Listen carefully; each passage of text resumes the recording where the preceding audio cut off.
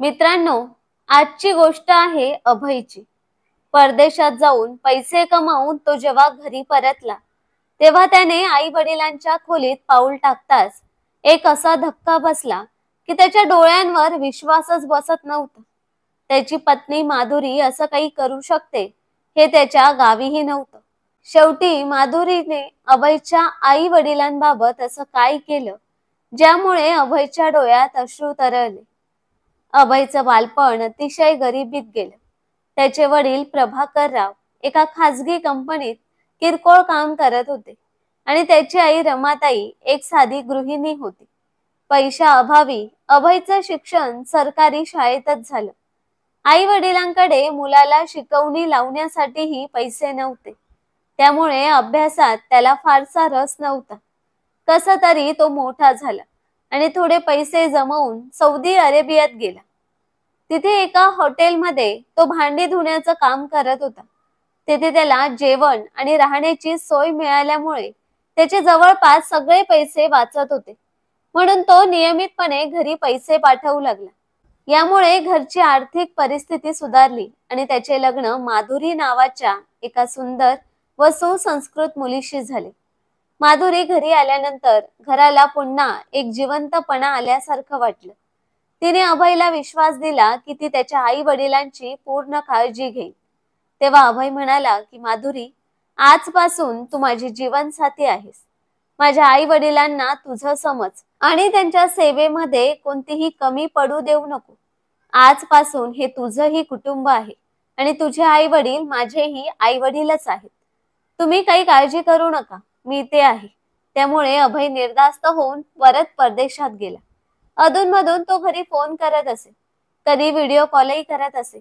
मात्र प्रत्येक वेळी कॉल वेळी त्याला आई वडिलांच्या वागण्यात थोडा बदल जाणवत होता. काहीतरी वेगळं आहे असं त्याला वाटायचं, पण तो ते आपल्या मनाचा भास समजून दुर्लक्ष करत गेला. एक दिवस अचानक त्याने घरी न सांगता सरप्राईज देण्यासाठी भारतात परत यायचं ठरवलं. पण घरी पोहोचल्यावर तोच धक्का खाऊन गप्प झाला. त्याच्या हातातील कपड्यांची बॅग कधी जमिनीवर पडली हे त्यालाही कळलं नाही. कारण त्याने जे पाहिलं त्यावर विश्वास बसणं कठीण होतं. त्याची आई रमाताई खोलीत जमिनीवर लोखंडी साखळ्यांनी बांधलेली होती. काही अंतरावर वडील प्रभाकर रावही तसेच बांधलेले होते. दोघंही अर्ध बेशुद्ध अवस्थेत होते. खोली इतकी घाणेरडी होती की विचारायलाही भीती वाटते. सगळीकडे झुरळ, उंदीर आणि इतर कीटक फिरत होते. अन्न पदार्थ इकडे तिकडे सडलेले, कुजलेले होते. हे सर्व पाहून अभय सुन्न झाला. अभय म्हणाला की आई, काय झालंय तुला? हे कोणी केलं तुमच्या सोबत? बाबा, हे सगळं काय आहे? अभयने घाईने आईकडे जाऊन विचारलं. तेव्हा रमाताई भीतीने थरथरत म्हणू लागल्या की नाही नाही, कृपया आम्हाला माफ करा. आम्ही कोणालाही काहीही सांगणार नाही. आम्ही अभयलाही काही सांगणार नाही. आम्हाला माफ करा. आम्हाला सोडून द्या. आम्ही कधीच तुमच्या विरुद्ध बोलणार नाही. असं म्हणत त्या जोर जोरात ओरडू लागल्या आणि अभयच्या पायांना स्पर्श करू लागल्या. अभय गोंधळून गेला. आई, काय झालंय तुला? आई, शुद्धीवर ये, त्याने जोरात हाक मारली. तेव्हा रमाताई अचानक थांबल्या आणि क्षणभर अभयकडे पाहून विचित्र हसल्या आणि लगेचच बेशुद्ध झाल्या. हे पाहून अभय सुन्न झाला. त्यावेळी माधुरी घरी नव्हती, नाहीतर अभयने तिला विचारलं असतं की तू म्हणत होतीस की माझ्या आई वडिलांची काळजी घेणार. ही काय काळजी घेण्याची पद्धत आहे? तो लगेच प्रभाकर रावांकडे गेला आणि विचारलं की बाबा, तुम्ही काहीतरी सांगा. त्यांनी मुलाकडे पाहिलं आणि तेही बेशुद्ध झाले. अभयने कसा बसा त्यांना शुद्धीवर आणलं. तेव्हा ते विव्हळत ओरडू लागले, अरे राक्षसांनो, हे घर हवं असेल तर घ्या, पण आम्हाला सोडून द्या. मरायच्या आधी एकदा तरी माझ्या मुलाचा चेहरा पाहू द्या. आम्हाला काय माहिती होतं की ही सून अशा नीच युक्ता खेळेल, तर आम्ही तिच्या नावावर हे घर केलं असतं. अरे देवा, ही राक्षस माझ्या मुलाच्या आयुष्यात पत्नी म्हणून का आली? सुनबाई, हे घर तुझं, ही जमीन तुझी, हे पैसे सगळे घे, पण माझ्या बायकोला आणि मला सोड. तिचा गळा कापू नकोस, नाहीतर ती मरेल. ते वेड्यासारखे रडत आणि ओरडत होते. कदाचित दोघांनाही काही अंमली पदार्थ दिले गेले असावेत. आई वडील अभयला ओळखतही नव्हते. अभयकडे घराची दुसरी चावी होती. ज्यामुळे तो कुलूप उघडून आत शिरला होता. त्याने त्वरित आपल्या आई वडिलांना हलवून पाहिलं आणि त्यांना तातडीने ऑटो करून डॉक्टरांकडे नेलं. त्यांच्या शरीरातून अस्वच्छतेचा वास येत होता. त्यामुळे डॉक्टरांनाही तोंडावर रुमाल धरावा लागला. डॉक्टरांनी विचारलं की हे कोण आहेत आणि काय झालंय यांना. तेव्हा अभय म्हणाला की हे माझे आई वडील आहेत. बेशुद्ध अवस्थेत सापडले. आंघोळ घालण्या इतका वेळही मिळाला नाही. कृपया आधी तपासणी करा. मी नंतर सगळं स्पष्ट करतो. मोठ्या काळजीने डॉक्टरांनी तपासणीला सुरुवात केली. लग्नानंतर अवघ्या महिनाभरातच अभय कामासाठी दुबईला गेला होता. त्याच्या अनुपस्थितीत माधुरीने तिच्या वागण्यात अचानक मोठा बदल घडवून आणला. एके दिवशी रमाताई म्हणाल्या की सुनबाई, सकाळचे 9 वाजलेत, उठ जरा नाश्ता तयार कर. तुझे सासरे उपाशी आहेत. त्यावर माधुरीने कंटाळवाण्या स्वरात उत्तर दिलं की त्यांना भूक लागली असेल तर मी काय करू, मला झोप येते, तुम्ही स्वतः काहीतरी करून घ्या. रमाताईंना धक्काच बसला. त्यांनी विचारलं की सुनबाई, तू आजपर्यंत कधीच अशा तऱ्हेने बोलली नाहीस. अभय गेल्यापासून तू इतकी का बदलली आहेस? तेव्हा माधुरी रागात म्हणाली की तुमच्या दोघांमुळे माझं आयुष्य कठीण झालं आहे. सकाळपासून संध्याकाळपर्यंत तुम्ही मला नवनवीन कामं सांगत असता. मी तुमची नोकराणी नाही, मी या घराची मालकी नाही. आजपासून तुम्हीच घरातली सगळी कामं करा. असं म्हणत ती उठली आणि रमाताईंच्या केसांना पकडून त्यांना स्वयंपाकघरात घेऊन गेली. ए म्हातारे, चल भांडी घास. रमाताईंनी विरोध करत म्हटलं की मी आत्ताच अभयला फोन करते. तुझी हिंमतच कशी झाली मला हात लावण्याची? त्यावर माधुरी म्हणाली, हो ना, फोनच करायचा आहे ना तुला, बघू दे कुठल्या बोटांनी करतेस फोन. तो अभय 1 वर्षानंतरच येईल आणि त्या दरम्यान मी तुम्हा दोघांना माझ्या इशाऱ्यावर चालणारे लोक बनवी. माधुरीने रमाताईंचे बोट पकडून जोरात वळवले, ज्यामुळे त्या वेदनेने ओरडल्या. प्रभाकर रावांना वाटलं की काहीतरी अघटित घडलं आहे, म्हणून ते तडक स्वयंपाकघरात गेले. तिथे त्यांनी पाहिलं की माधुरी रमाताईंचे केस पकडून त्यांचं डोकं सिंक मध्ये दाबत आहे. प्रभाकर राव घाबरून म्हणाले की माधुरी, तिला सोड, तुला काय झालं आहे, असा व्यवहार करतेस? त्यांनी रमाताईंना तिच्या तावडीतून सोडवण्याचा प्रयत्न केला. माधुरी संतप्त स्वरात म्हणाली की हो, वेडच लागलं आहे मला, आणि जर तुम्ही माझं ऐकलं नाही तर अजून वेडी होईल. प्रभाकर राव हे पाहून सुन्न झाले. माधुरी पुढे म्हणाली की हो, मी स्वीकारते. मी अभयशी लग्न फक्त पैशांसाठी केले आणि 1 वर्षात त्याच्याकडून पैसे मिळवून मी तुमच्यावर खोटा आरोप करून भरपाई मागणार आणि मग इथून कायमची निघून जाईल. असं बोलून माधुरीने रमाताईंना ढकललं आणि प्रभाकर रावांचा हात पकडला. तिची पकड इतकी घट्ट होती की ते स्वतःला सोडवू शकले नाही. आजपासून तुम्हीच सगळी घरकामं करणार आहात, लगेच सुरुवात करा, असं ठणकावून ती म्हणाली. तेव्हा प्रभाकर राव संतप्त होत म्हणाले की अगं, आम्ही तुझं काय वाईट केलं आहे? तुला पैसे हवेत ना, घे आणि निघून जा, पण आमच्या मुलाला शांततेत जगू दे. तेव्हा माधुरी म्हणाली की तुमच्यासारख्या गरीब लोकांकडे सध्या हाय तरी काय? तरी बरं आहे, अभय सध्या परदेशात आहे आणि तिथून 1 वर्ष नियमित पैसे पाठवतोय, म्हणून तोपर्यंत हे घर माझ्या नावावर करा, मग मी तुम्हाला त्रास देणार नाही. तेव्हा प्रभाकर राव संतापून म्हणाले की आम्ही तुझ्यावर कायदेशीर कारवाई करू. त्यावर माधुरीने उत्तर दिलं की मी तुम्हाला इतका मानसिक त्रास देईन की माझं नाव जरी कुणी घेतलं तरी तुमच्या अंगावर काटा येईल. असं म्हणत तिने जवळ ठेवलेली काठी उचलली आणि प्रभाकर रावांच्या गुडघ्यावर मारली. ते वेदनेने जमिनीवर कोसळले आणि बेशुद्ध झाले. रमाताई भीतीने ओरडल्या, नाही माधुरी, तू त्यांना मारू नकोस, कृपया त्यांना सोड. मी तुझ्या पुढे हात जोडून विनंती करते. आम्ही तुझ्याबद्दल कुणालाही काही सांगणार नाही. ते आपल्या पतीजवळ गेल्या आणि रडू लागल्या. मग त्या म्हणाल्या की माझ्या पतीला दुखापत झाली आहे, मी आता शेजाऱ्यांना बोलावते. काय या देशात कायद्याचं अस्तित्व नाही का? प्रभाकर राव हार मानण्यास तयार नव्हते. ते विवळत दाराकडे सरकू लागले, पण त्याआधीच माधुरीने एक नवीन कट रचला. तिने अचानक स्वतःच्या हाताला चाकूचा छोटासा ओरखडा आणला आणि आरडाओरड करत बाहेर पळाली. बघा बघा, माझ्या नवऱ्याच्या अनुपस्थितीत माझ्या सासू सासऱ्यांनी माझ्यावर हात उचलला. त्यांनी माझा छळ केलाय. कसं बस मी त्यांच्यापासून सुटून बाहेर आले नाहीतर माझा जीव गेला असता. रक्ताच्या काही थेंबांमुळे आणि माधुरीच्या हुंदक्यांनी परिसरातील लोक तिच्या बोलण्यावर विश्वास ठेवू लागले. शेजाऱ्यांनी प्रभाकर राव आणि रमाताई यांच्यावर आरोप केले. कुणी त्यांच्या अवस्थेबद्दल विचारलं नाही. काही जण पोलिसांना बोलवण्याची तयारी करत होते, पण माधुरीने त्यांना रोखलं. नाही, कृपया तुम्ही पोलिसांना बोलवू नका. माझ्या नवऱ्याने त्याच्या आई वडिलांची जबाबदारी माझ्यावर सोपवली आहे. ते जर तुरुंगात गेले तर मी अभयला काय उत्तर देऊ? मला वाटतंय की त्यांच्या वागणुकीमागे मानसिक अस्थिरता असावी. मी त्यांना डॉक्टरांकडे घेऊन जाईन. हे ऐकून शेजारी तिचं कौतुक करू लागले की मुली, तू खूप समजूतदार आहेस.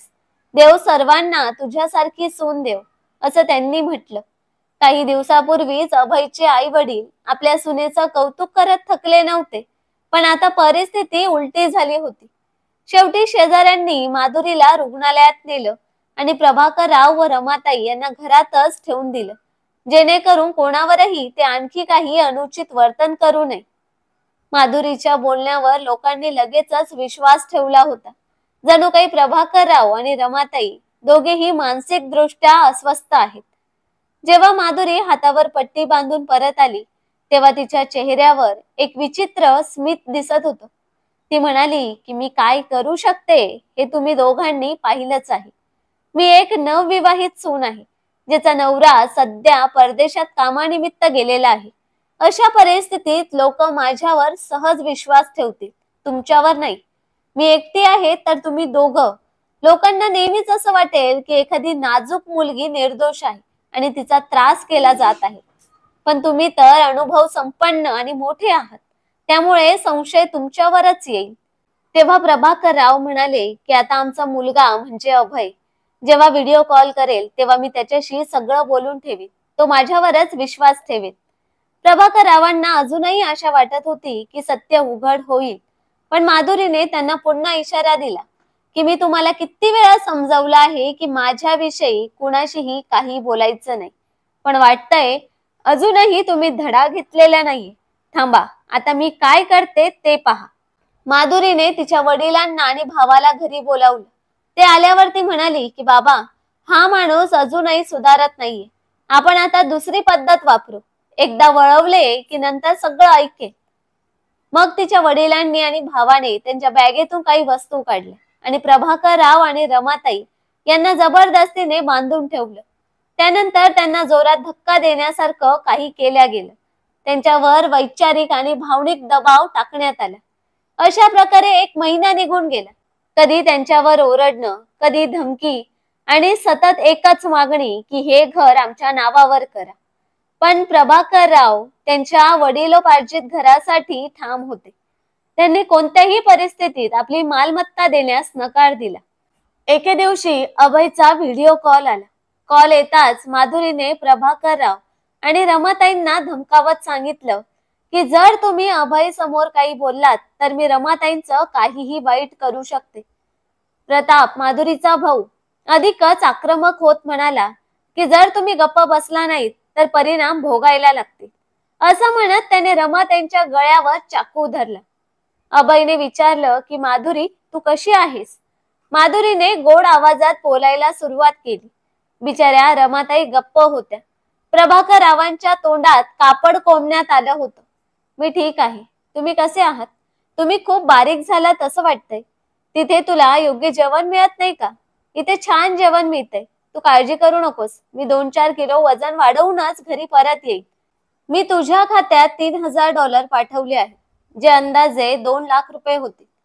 आता मला एका कार कंपनीत मेकॅनिक म्हणून नोकरी मिळाली आहे. मी हॉटेलची नोकरी सोडली आहे. मेकॅनिकचं नीट काम शिकल्यावर मला अधिक पैसे मिळतील. तू फक्त आई बाबांची काळजी घे. मी तुझ्यावर कायम प्रेम आणि विश्वास ठेवून पैसे पाठवत राहील. माधुरी लगेचच खोटं खोटं हसून म्हणाली की तुला काय वाटतं, मला पैशांचीच भूक आहे का? तुझ्यासोबत कोरडी भाकरी खाऊनही मला आनंद मिळतो. पण खरं सांगते, तुझ्याशिवाय हे घर मला कधीच आपलं वाटत नाही. माझ्या मनात काय चालतं हे तुला समजतंय, याचा मला आनंद आहे. अभय म्हणाला, लग्नानंतर अवघ्या 1 महिन्यात मी सगळं सोडून परदेशात आलो आणि तुला एकटं राहावं लागलं. ही परिस्थिती तुझ्यासाठी कठीण आहे याची मला पूर्ण जाणीव आहे. पण मी वचन देतो की मी लवकरच चांगले पैसे कमवून परत येईल. मला आपल्या होणाऱ्या मुलांना तो आनंद द्यायचा आहे जो मला कधी मिळालाच नाही. ठीक आहे माधुरी, आई कुठे आहे? ती दिसत नाहीये. माधुरी म्हणाली की जेवण झाल्यावर आई झोपली आहे. थांब, मी तिला उठवते. नको, राहू दे, तिला झोपू दे, मी उद्या तिच्याशी बोलेन, असं म्हणत अभयने कॉल संपवला. तेव्हा माधुरीच्या भावाने रमाताईंना समजावलं की कॅमेरा समोर काय आणि कसं बोलायचं. थोड्याच वेळात माधुरीने खोटं गोड हसत म्हणाली की अरे बघ, आई आले आहेत, तू तुझ्या आईशी बोल. माधुरीने रमाताईंचा हात प्रेमाने धरून त्यांना कॅमेरा समोर उभं केलं. अभय म्हणाला की आई, तू कशी आहेस? माधुरी तुमची काळजी घेत आहे ना? काही त्रास तर नाही ना? तेव्हा रमाताईंनी नाटकी हसत उत्तर दिलं की हो बेटा, आम्ही दोघंही पूर्णपणे ठीक आहोत. माधुरी खूप चांगली आहे. अभय म्हणाला की आई, मी माधुरीच्या खात्यात पैसे पाठवले आहेत. तू आणि बाबांनी तुमच्या गुडघ्यांच्या उपचारासाठी काहीतरी करावं. पैशांची चिंता करू नकोस.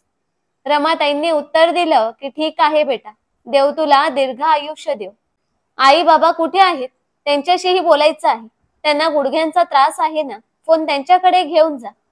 रमाताई उठणारच होत्या तेव्हा माधुरी म्हणाली की आई, तुम्ही इथेच बसा, मीच फोन घेऊन जाते, तुमच्या पायांना त्रास होईल. कॅमेरा दुसऱ्या कोणात वळवताच प्रतापने रमाताईंच्या गळ्याजवळ चाकू धरला. प्रतापराव समोर पाहत होते. त्यांच्या समोर दोनच पर्याय होते, एकतर पत्नीला वाचवावं किंवा मुलाला सत्य सांगावं. शेवटी त्यांनी पत्नीचा जीव वाचवण्याचा निर्णय घेतला. बाबा, कसे आहात? तुम्हाला पाहून खूप आनंद झाला, असं अभय म्हणाला. प्रभाकरराव म्हणाले की बेटा, तुला पाहिलं म्हणून मन प्रसन्न झालं. अचानक त्यांच्या आवाजात कंप आला. माधुरी त्यांच्या मागून आली, त्यांना मिठी मारली आणि खांद्यावर हात ठेवून म्हणाली की बाबा, मी तुमची मुलगीच आहे ना, मग तुमच्या डोळ्यात अश्रू का? हे ऐकून प्रभाकरराव गोंधळले. ती ओळखीची काळजी नव्हती, ती एक छुपी धमकी होती. प्रभाकरराव चिडले आणि म्हणाले की बेटा, मला थोडा आराम करायचा आहे. असं म्हणत त्यांनी माधुरीला दूर ढकललं आणि बाजूला उभं राहिले. हो बाबा, तुम्ही जा, मला माधुरीशी दुसऱ्या काही गोष्टींबद्दल बोलायचं आहे. तुम्ही दोघंही आता विश्रांती घ्या, अभय म्हणाला. अभयला त्याच्या घरी प्रत्यक्ष काय सुरू आहे याची अजिबातच कल्पना नव्हती. प्रभाकरराव आणि रमाताईंना इंजेक्शनद्वारे झोपेचं औषध दिलं जात होतं. कधी कधी त्यांना विजेचे झटके दिले जात होते. त्यांना उपाशी ठेवण्यात येत होतं. त्यांना लोखंडी साखळ्यांमध्ये बांधून ठेवण्यात आलं होतं आणि जेवण त्यांच्या नजरेसमोर ठेवून दूर करण्यात येत होतं. त्या अन्नावर कीटक रेंगाळत होते आणि ते फक्त अश्रू पुसत बसायचे. त्या क्षणी माधुरीच्या वडिलांनी संतापून कागद पुढे करत सांगितलं की तुम्ही या कागदपत्रांवर सही करा.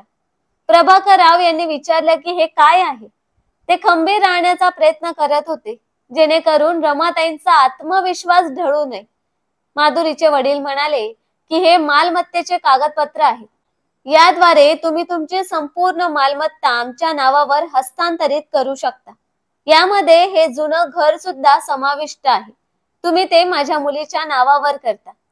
तेव्हा प्रभाकरराव संतापून म्हणाले की इथे तुम्ही आम्हाला छळताय आणि आमच्याकडून सही घेताय, पण आम्हाला न्यायालयात काय बोलायचं तेही सांगाल का? माधुरी म्हणाली की हे काम आम्हाला कसं करायचंय ते आम्हाला चांगलं माहिती आहे. एक औषध आहे जे दिलं की समोरची व्यक्ती ऐकलेला प्रत्येक शब्द अंमलात आणते. तेच औषध आम्ही तुम्हाला देणार आहोत. मग तुम्ही बाहुल्यासारखे आमच्या प्रत्येक आज्ञेचा स्वीकार करा. मग हे घर विकून आम्ही दुसऱ्या शहरात निघून जाऊ. प्रत्येकाचं लक्ष वेधून घेत प्रतापने विचारलं की तुम्हाला माहित आहे का या घराची किंमत किती आहे? तुम्ही बिल्डर संजीव चौधरीला ओळखता का? हे ऐकताच प्रभाकरराव यांना आठवलं की वर्षभरापूर्वी संजीव चौधरी या बांधकाम व्यावसायिकाने त्यांच्या घराजवळील जमिनी विकत घेतल्या होत्या आणि तो हे घरही खरेदी करू इच्छित होता, कारण त्या जागेचा त्याच्या प्रकल्पात मोठा फायदा होणार होता. तो कोणतीही किंमत मोजायला तयार होता. पण प्रभाकरराव यांनी घर विकण्यास स्पष्ट नकार दिला होता. त्यांच्यासाठी हे घर म्हणजे त्यांच्या आयुष्याची शिदोरी होती. त्यांनी गरिबी अनुभवली होती, पण घर विकलं नव्हतं. आज ते हे घर अशा लबाडांच्या हातात देणार नव्हते.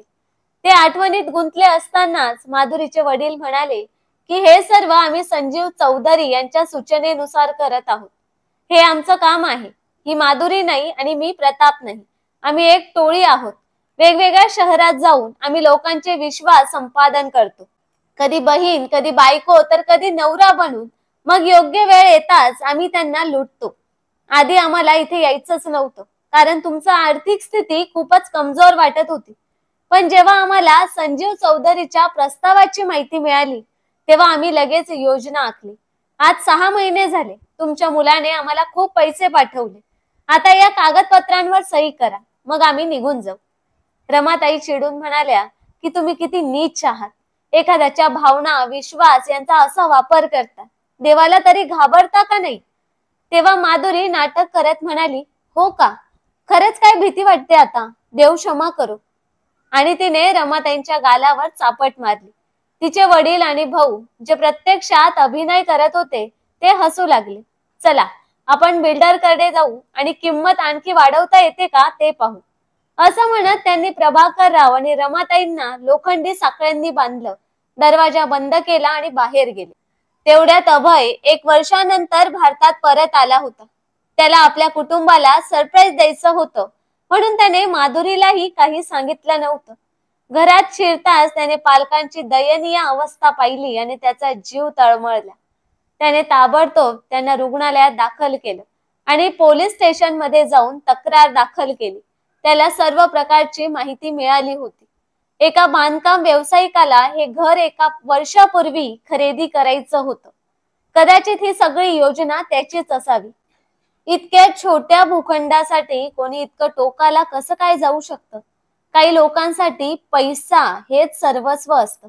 त्यांच्या दृष्टीने मानवी जीवनाचं मूल्य काहीच उरत नाही. अरे, पैसे चोरीला जाऊ शकतात, पण ते पुन्हा कमवता येतात. मात्र अभयच्या मृतप्राय अवस्थेत गेलेल्या पालकांमध्ये पुन्हा प्राण फुंकता येतील का? त्यांना किती मानसिक आणि शारीरिक यातना सहन कराव्या लागल्या असतील, याचा विचार करून अभय सुन्न झाला होता. या दरम्यान पोलिसांनी अभयच्या घरी छापा टाकला, परंतु त्याच्या अगोदरच त्याची पत्नी माधुरी आणि तिचं बनावट कुटुंब सर्व वस्तू गोळा करून घर सोडून निघून गेले होते. त्यांना काहीतरी शंका आली होती, त्यामुळे त्यांनी तिथून पळ काढला. ते बस स्टॉपवर पोहोचले होते. पोलिसांना माहिती मिळताच त्यांनी त्वरितच कारवाई केली आणि त्यांना तिथेच अटक केली. त्यांच्यावर गुन्हा दाखल करण्यात आला आणि न्यायालयाने त्यांना शिक्षा सुनावली. बिल्डरवरही खटला दाखल करण्यात आला, कारण त्याने याआधीही आजूबाजूची जमीन दबावाने विकत घेतली होती. त्यामुळे त्यालाही तुरुंगवासाची शिक्षा झाली. अभयच्या आई वडिलांना न्याय मिळाला, ही बाब निश्चितच दिलासादायक होती. पण इतक्या गंभीर प्रसंगातून गेलेल्या रमाताई आणि प्रभाकरराव यांना पुन्हा पूर्वीचं शांत सामान्य जीवन मिळेल का? आणि अभय, ज्याने आपल्या वैवाहिक जीवनात इतकी कटुता अनुभवली, तो पुन्हा प्रेम, संसार आणि लग्न यासारख्या गोष्टींचा विचार करू शकेल का? तर मित्रांनो, ही होती आजची कथा. तुम्हाला ही कथा कशी वाटली, कृपया खाली कमेंट बॉक्स मध्ये नक्की सांगा. व्हिडिओ आवडला असेल तर लाईक आणि शेअर करा. आणि जर तुम्ही चॅनलवर नवीन असाल तर आमच्या चॅनलला सबस्क्राईब करायला विसरू नका. धन्यवाद.